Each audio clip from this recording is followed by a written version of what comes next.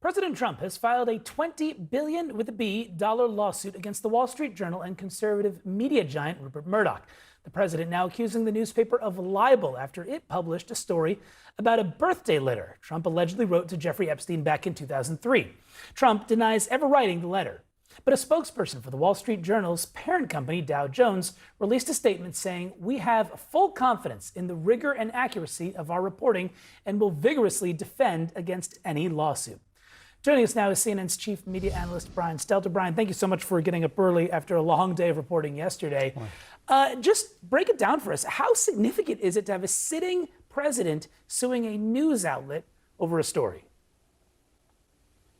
I have never found an example like this. There are lots of examples of President Trump threatening to sue news outlets, and there are some examples of him actually filing suit as a private citizen. But this is the first time that as a sitting president, he's actually going into a legal war with a media outlet. And of course, given the recent settlements by Paramount and Meta and ABC and other companies, there's a lot of speculation about what Rupert Murdoch will do in this case. There's a lot of questions about whether Trump is just trying to shake down the Wall Street Journal or pressure the Journal in some other ways. So we will see over time if this is a genuine, legitimate lawsuit with a real chance of winning, or if it's more of a PR stunt, because having covered Trump for years, I know that many of his lawsuits are in part publicity stunts in order to get attention. In this particular case, this is a defamation suit, and the first thing you learn in a media law class is that the bar for a public figure to prove defamation is set very high. It's way over my head. It's high on purpose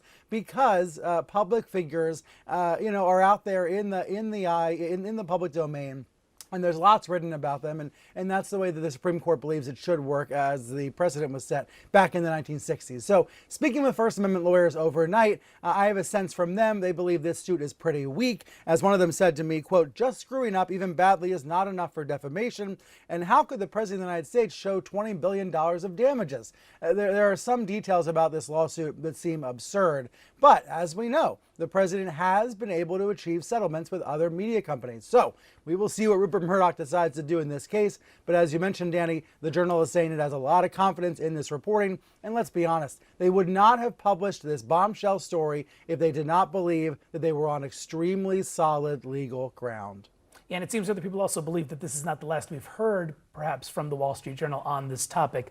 Brian, in your latest piece, though, you wrote that the mere threat of this lawsuit, and then, of course, the follow-through, opened a new chapter in the operatic relationship between Trump and specifically Rupert Murdoch. Let me get your take on this. Is Rupert Murdoch one who is known to back down from a fight here? Not only does Rupert Murdoch love to fight, he's even fighting his own children.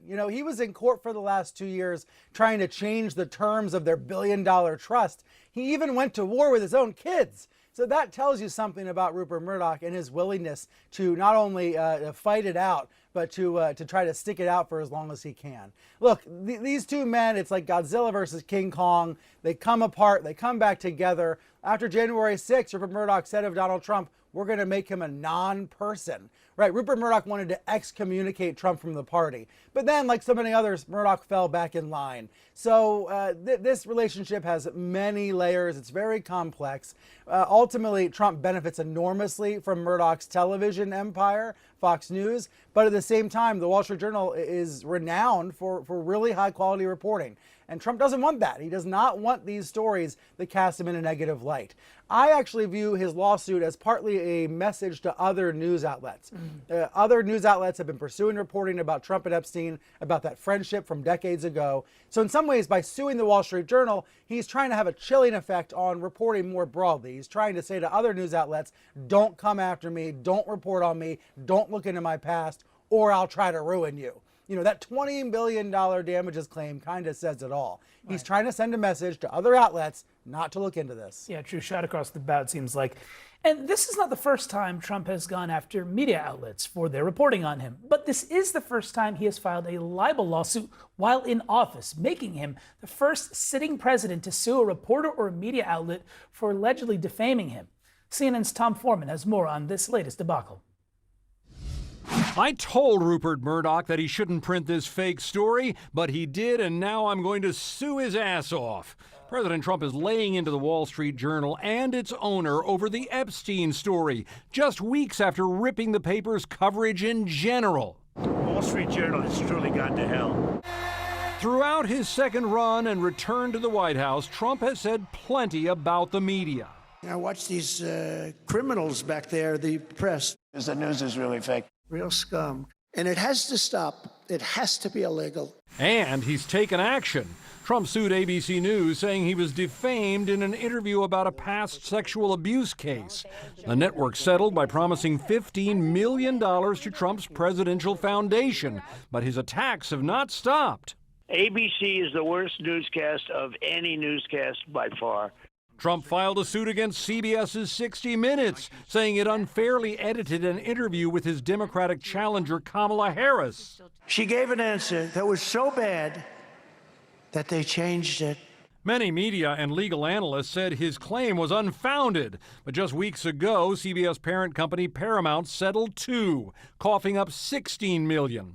Trump filed a lawsuit against the Des Moines Register over an election poll that showed him doing poorly in a state he eventually won. And in my opinion, it was fraud and it was election interference. The paper disputed the claim. The matter is still in court. And there is more. I'm Donald Trump, and I have more trash than all of you. Trump, who was parodied long ago on Sesame Street, has torn funding away from public television, radio, and Voice of America. Press rooms at the White House and Pentagon have been rearranged, often to the advantage of pro-Trump outlets. He's battled the Associated Press over its widely respected style book, still referring to the Gulf of Mexico. It's called the Gulf of America now. And he's even savaged another property of media mogul Rupert Murdoch for recent polls showing public faith in Trump falling, posting, "It's why MAGA hates Fox News." Few of these cases have produced anything like a substantial apology for any behavior, and many of the companies seem to be settling it just so they don't go into long, drawn-out legal proceedings. Nonetheless, this has proven to be a winning political strategy for Donald Trump, even if he doesn't necessarily win in court. Tom Foreman, CNN, Washington. Tom Foreman, thank you very much. All right, with me now is Jake Traylor, former great campaign reporter, now White House reporter with Politico. Jake, good to see you this morning. Here's the interesting element that came at the latter part of this week, though, is there was this Wall Street Journal story, right? And Steve Bannon told CNN that the story really was able to put President Trump on offense when it comes to the larger Epstein saga. So I guess my question for you is, his view is that this Wall Street Journal story is uniting some of these fractured parts of the party. But what do you think? Can unity last if there is not something of substance released by the government? Yeah, it's a fair question. And it is odd, right, to assume that this, what the White House would call salacious Wall Street Journal article, would somehow unite the MAGA base. Like, why would what the White House is calling a defamatory story actually be helpful? The reason is because the uniqueness of the situation here is that we are seeing this MAGA rift really be created. What Donald Trump has done for literally a decade now is go after the press, and has really been able to unite his MAGA base around the fact that fake news, ABC or CBS or CNN or now the Wall Street Journal, this is something that is familiar territory for Donald Trump in the White House. I was sitting at the White House yesterday in the office with a couple of White House officials who were really saying exactly what you said about going on offense now. They said this is what Donald Trump actually does best. And some of those names I mentioned a few moments ago, some of Trump's staunchest allies that were initially critical of the transparency around the Epstein files immediately jumped to his defense on social media, saying that this was defamatory, saying the Wall Street Journal had gone too far, calling it fake news. So for Donald Trump and for the White House, this is familiar territory. I've had multiple people at the White House tell me they're actually thankful for the timing of this Wall Street Journal piece, because truly, regardless of the legitimacy of it, they're able to do what they do best. Donald Trump's going to file a $10 billion lawsuit against them. MAGA allies are going to come to the rescue, uniting again against this piece. Again, I think what ultimately determines the future here is how much content is released by this judge in New York, and is it going to be enough to satiate and satisfy some of these MAGA critics who have decried for more transparency in this case? Yeah, I think those are all fair questions, but I think that, the initial DOJ memo that came out on July 7th, right? It's been 2 weeks since then, and we've still been talking about this, and it does not seem like this story is calming down anytime soon. Jake Traylor, thank you so much for your time this morning. Really appreciate it, and good to see you.